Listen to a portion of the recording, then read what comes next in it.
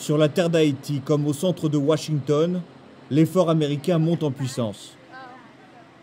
Ici, ce sont des colis envoyés depuis l'ambassade d'Haïti, ouverte jour et nuit, et qui sert d'entrepôt depuis une semaine. It's awesome because the people are all working together. It doesn't matter which country we come from, we're all God's people, man. Les volontaires se mêlent au personnel de l'ambassade. Certains se sont arrêtés là par hasard et ils donnent un coup de main, comme ils peuvent. Ils se sentent tous haïtiens et ce soir Haïti est un peu américain. Obama just passed the resolution to allow Haitians to come in as displaced people. So I believe that that's great. You know, we should bring in a lot of the orphans. We should bring in people that have been displaced, people that don't have livelihoods and businesses. We need to help people get back on their feet. L'Amérique en première ligne. La décision politique de Barack Obama qui publie dans l'hebdomadaire Newsweek un texte intitulé « Pourquoi Haïti compte ». Barack Obama parle de la vocation de l'Amérique, de son humanité.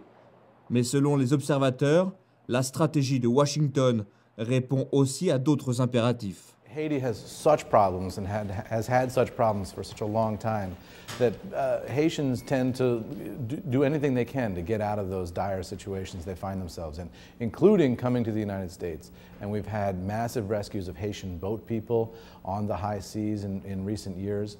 And there's a real fear this time that if the situation in Haiti is not stabilized sometime soon, you could see a mass refugee exodus from Haiti, and where those people would go would largely be to the United States. Dans la cathédrale nationale, le tout Washington s'est donné rendez-vous. 1 millier de personnes dans la deuxième plus grande église des États-Unis. Une communion retransmise en direct sur CNN, avec la supplique de Raymond Joseph, ambassadeur d'Haïti à Washington, supplique au grand frère américain. Please, stay with us until we totally rebuild. Thank you. Le petit frère est considéré un pauvre et le grand frère très riche.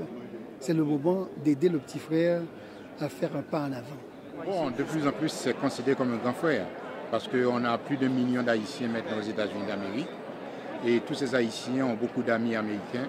Et dans presque toutes les grandes villes des États-Unis, on retrouve des Haïtiens. Les Haïtiens veulent rester Haïtiens parce que dans l'histoire internationale, dans l'histoire du monde, c'est le premier pays noir à être indépendant. L'histoire a rapproché une fois de plus ces deux pays, le plus riche et le plus pauvre de l'hémisphère nord.